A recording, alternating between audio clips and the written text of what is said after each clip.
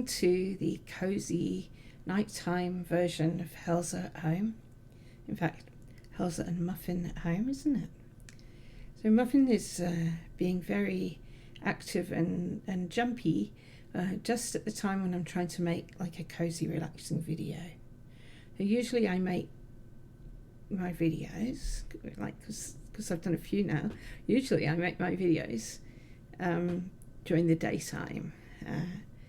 But I didn't feel like it earlier on today, so here we are. And the daylight has gone, and we're in the cozy orange world of my bedroom in the evening. So the light's reflecting off the orange curtains, and I've got my kind of sort of rusty coloured dressing gown on, and so everything's a bit orange. Just call me Mrs. Carrot tonight. So it's got very wintry here in Lockhart, in the Riverina in New South Wales. So some of you who don't live here in Australia probably find that a little bit surprising, because we all watch Home and Away and Neighbours, and it always seems to be warm and sunny, even though Neighbours is, Home and Away is made down in Victoria, so it could get quite cold there. So yeah, we've had a couple of frosts already down to like below -2 Celsius. And we've had, in the mornings it's 6 or 7 degrees. But it does warm up during the day to the mid-teens, so it doesn't stay really cold like that through the day. But yeah, there's definitely a wintry feel in the air. People have their log fires burning. Wood fire stoves are quite a common form of heating.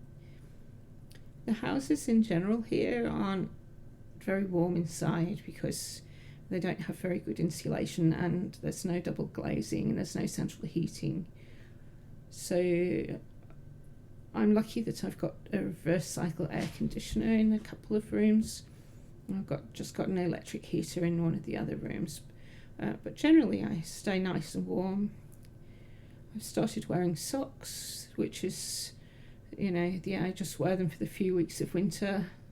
The rest of the year I'm in bare feet here, or with my sandals on, but I don't like my feet feeling constricted in socks.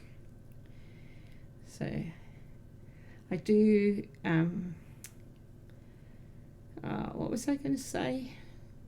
I don't know if I'll cut this bit out or leave it for you guys so you can see how natural. It's just like being with me, because you'll hear me say that a lot when you're with me. Oh, what was I going to say? I don't know. Anyway, here's my mug with my cozy ginger and lemon tea with honey. It says love on both sides, so it's love on the other side as well. So you can be loved even if you're left-handed. No, I'm not left-handed, but I've got a muffin on my right hand, so I have to act left-handed. So I don't know what else to tell you. I've been enjoying doing my crochet this week, and coincidentally, having talked about socks and having mentioned my crochet, I'm going to read you a poem, because I found this poem and I just liked it, and it's called Ode to My Socks by Pablo Neruda. Mara Mori brought me a pair of socks, which she knitted herself with her shepherdess hands, 2 socks as soft as rabbits. I slipped my feet into them as if they were 2 cases, knitted with threads of twilight and goat skin. Violent socks. My feet were 2 fish made of wool, 2 long sharks, sea blue, shot through by 1 golden thread, 2 immense blackbirds, 2 cannons. My feet were honoured in this way by these heavenly socks. They were so handsome for the first time. My feet seemed to me unacceptable, like 2 decrepit firemen unworthy of that woven fire of those glowing socks. Nevertheless, I resisted the sharp temptation to save them somewhere, as schoolboys keep fireflies, as learned men collect sacred texts. I resisted the mad impulse to put them in a golden cage and each day give them birdseed and pieces of pink melon, like explorers in the jungle, who hand over the very rare green deer to the spit and eat it with remorse. I stretched out my feet and pulled on the magnificent socks and then my shoes. The moral of my ode is, beauty is twice beauty, and what's good is doubly good when it is a matter of 2 socks made of wool in winter. And that's the end of the poem. And I concur, warm socks in winter are a wonderful thing.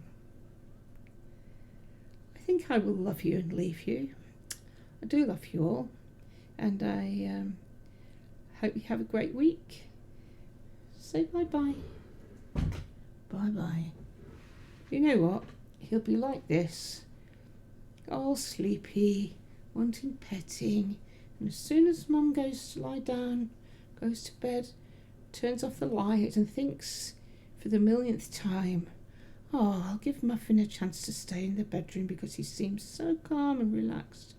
As soon as I start to fall asleep, Muffin will start to jump around, poke me in the face.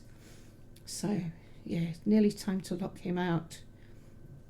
So, it's good night from me. Good night from him. Bye-bye.